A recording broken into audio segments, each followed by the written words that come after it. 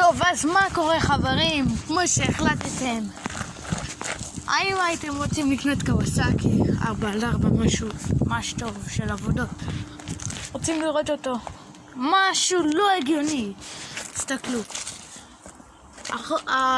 איזה צמיגים, תסתכלו איזה רוחב חוצני. מה שלא אהבתי פה אחורה, מבין קווין? כל ואף גרה, הכל מביאים לכם מאחורה. זה בשביל עבודות, עוברי בניין. הבנתם? ככה פותחים את הדלתות, חמוד, באמת חמוד. הוא נוסע 80 קמ"ש. הבנתם? 80 קמ"ש, קוואסקי, 4x4, דיפרנציאל, ואורות. זה הדלקה. למרות שזה הילוכים, גיר ממש טוב. זה דלק, זה לא דיזל. כמו שאתם רואים, אחלה כלי ממש שנוסע ממש טוב. אז זה נראה לי 20-30-40 כוח סוס, משהו מפלצתי בשטח.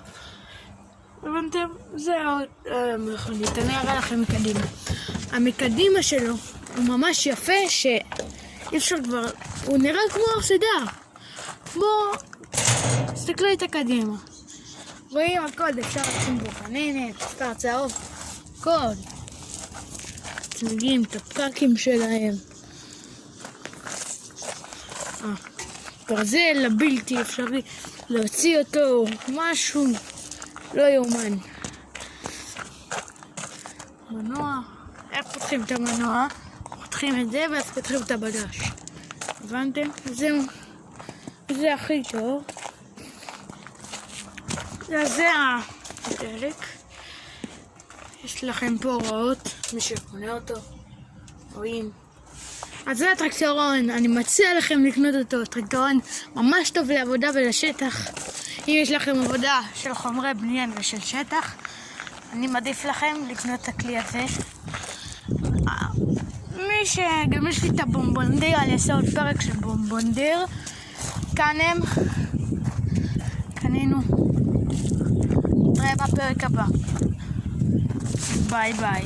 חכה, אני אשים יד על המצלמה.